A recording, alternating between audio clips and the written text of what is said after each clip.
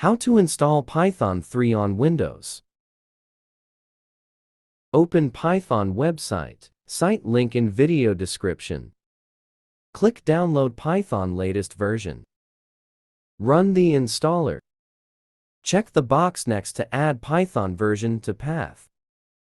Click Customize installation. Review the installation options and click Next.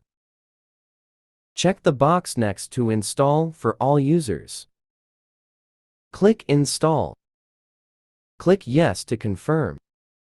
Click Disable Path Length Limit.